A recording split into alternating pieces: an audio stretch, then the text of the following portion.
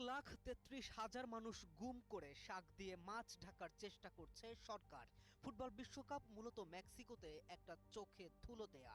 দেশটাতে নিখোঁজ রয়েছে প্রায় 1,33,000 মানুষ।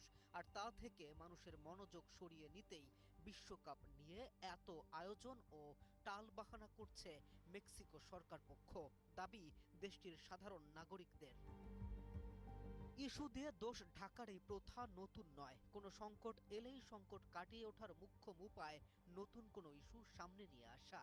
এতে চাপা পড়ে যাবে পুরনো ইস্যু। এই সূত্রকে কাজে লাগিয়ে বিশ্বকাপকে রীতিমতো ব্যবহার করছে মেক্সিকোর সরকার পক্ষ। দাবি একদল আন্দোলনকারীর। কদিন আগেই বেতন বৃদ্ধির দাবিতে মেক্সিকোতে আন্দোলন চালিয়ে গিয়েছিল দেশটির শিক্ষকেরা। শ্রমিক আন্দোলন থেকে শুরু করে একের পর এক আন্দোলনের প্রভাবে বিশ্বকাপ আয়োজনে হিমশিম খাবে দেশটি, এমন ধারণাও করেছিল বিশ্বজুড়ে ফুটবল ভক্তরা। তবে এবারে তার চেয়েও বড় এক তথ্য সামনে উত্থাপন করল একদল অ্যাক্টিভিটিস। আন্দোলনকারীদের দাবি, দেশে 1,33,000-এর বেশি মানুষ নিখোঁজ। বাস্তুচ্যুতি, শ্রমিক শিক্ষকদের অসন্তোষ ও মানবাধিকার সংকট বিশ্বকাপের চাকচিক্যে আড়াল করা হচ্ছে।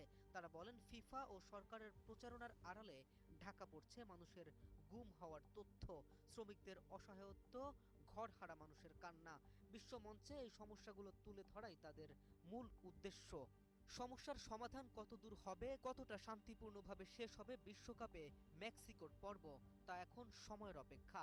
তবে যে মানুষগুলো মানবতার পক্ষে আন্দোলনে মাঠে, তাদের কথার সত্যতাই বা কতটুকু এখনো এ নিয়ে কোনো কিছুই জানায়নি মেক্সিকো।